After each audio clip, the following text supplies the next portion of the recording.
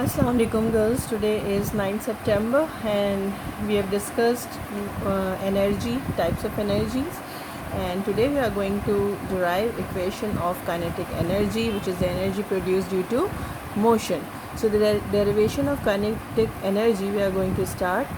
इसमें आप ये देख लीजिए कि मैंने फिर आपको थोड़ी सी फिगर से डिफ़ाइन किया, फिर उसके बाद फर्दर हम ड्राइव करेंगे। के ई की इक्वेशन है half M we square. K E is equal to half M we square. It states that K is equal to half mv square. We have to derive the whole equation. So first of all, let's take a look to this figure. A body of mass m. We are considering a body of mass m which is moving with the velocity v. Initial velocity हमने v consider की है under the action of some force f. So the force acting on the body is suddenly removed and its velocity decreases until it comes to rest. Rest की जब हम बात करते हैं तो हम क्या कहते हैं, v f is equal to zero, क्योंकि रेस्ट में है, अब उसकी वेलोसिटी ज़ीरो हो चुकी है।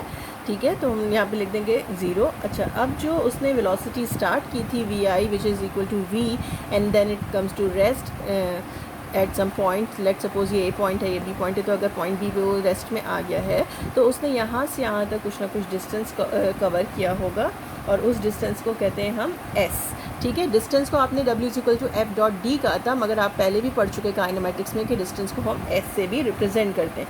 सो we are supposing here a body of mass m which is moving with the velocity v and under the action of some force. The force acting on the body is suddenly removed and its velocity decreases until it comes to rest due to the force of friction. ठीक है ना, जब force of friction होगी तो वो finally rest में आ जाएगी। अब जो वर्क डन है वो है force into displacement f into s. ठीक है, तो according to the formula of work आपने पढ़ा था, when the force applied and displacement is covered then the work is said to be done.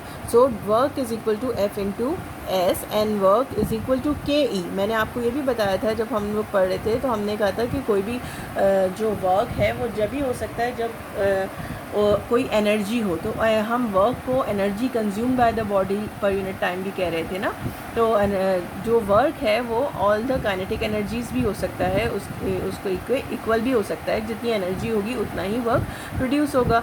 So work is equal to f dot s and work is equal to K E. ये दोनों formula हमने last class में देखे थे।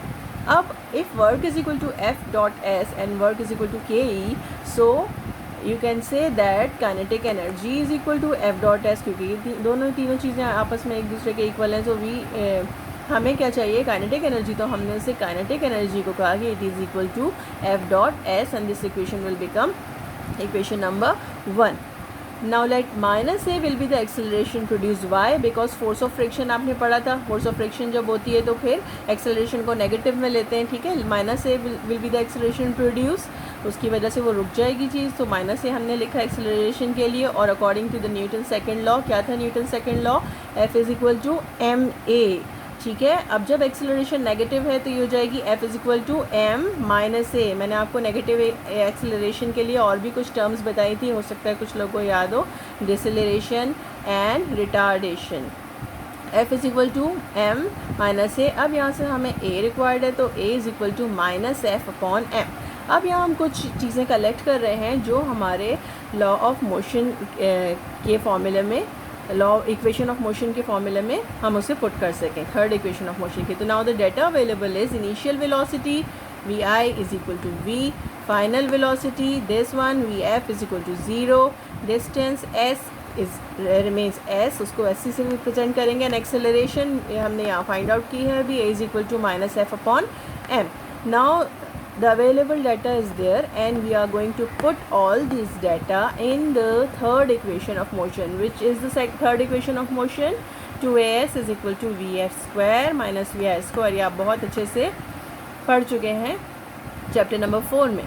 तो अब हमें सबकी वैल्यूज़ पुट करनी है। 2 तो इसी तरह रहेगा, a की वैल्यू हमने फाइंड आउट की minus F upon m, s उसी तरह है, s को वैसे ही पुट कर देंगे, is equal to v f, zero थी तो ज़ीरो का स्क्वायर किया तो ज़ीरो ही आया, minus we i square, v i is equal to v, so v square हमने लिख दिया।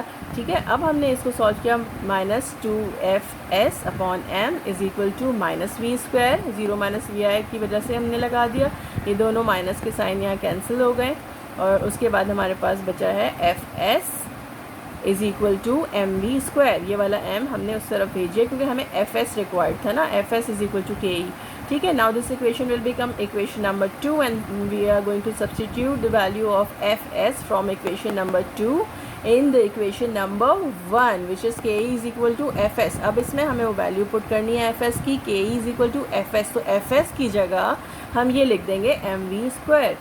तो K E is equal to M we square upon 2. Sorry मैंने यहाँ पे अपॉन 2 नहीं लिखा, ये वाला जो 2 मल्टीप्लाई हो रहा है तो वो यहाँ के डिवाइड भी तो होगा ना. तो एम वी स्क्वायर अपॉन 2 है, तो हमने उसकी वैल्यू पुट कर दी, K is equal to M we square upon 2. और we can write like this, K E is equal to half M we square.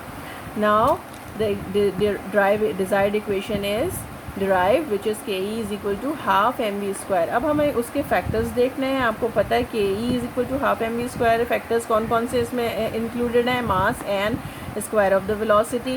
So kinetic energy increases due to the increase in mass and kinetic energy is also directly proportional to the square of velocity.